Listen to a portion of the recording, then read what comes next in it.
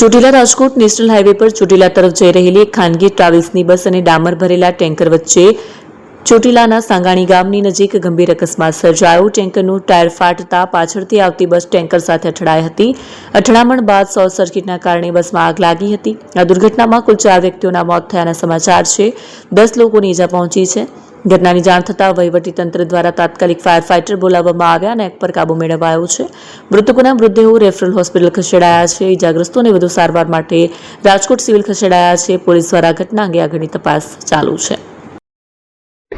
આજે મોડી રાત્રે 1:30 વાગે ચોટીલા રાજકોટ હાઈવે ઉપર સાંગાણી જે ગામ આવેલું છે ત્યાં પાટિયાની નજીક એક ખાનગી ટ્રાવેલ્સ અને ડામર લઈ જતું ડમ્પર વચ્ચે અકસ્માત થયેલો છે અને આ અકસ્માતની અંદર 4 લોકોના મૃત્યુ થયેલા છે અને જે 4 લોકોને ચોટીલા રેફરલ હોસ્પિટલ ખાતે પોસ્ટમોર્ટમ માટે લઈ જવામાં આવેલ છે।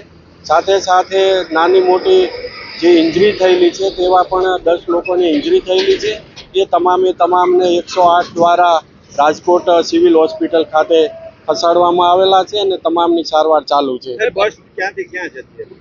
બસ અમદાવાદથી રાજકોટ સાઈડ જતી હતી અને જે આગળ જે ડમ્પર જતું હતું જે ડામર ભરેલો એને ડમ્પરનું પ્રાથમિક દ્રષ્ટિએ ટાયર ફાટતા એ ટાયર સળગી ગયું હતું અને પાછળની સાઈડ આ ટ્રાવેલ્સ અથડાણ્યું એવી વિગત સામે આવે છે। કેટલા લોકોને બચાવી લેવામાં આ કેટલા હતા એમાં 35 થી 40 લોકોને બચાવી લેવામાં આવે।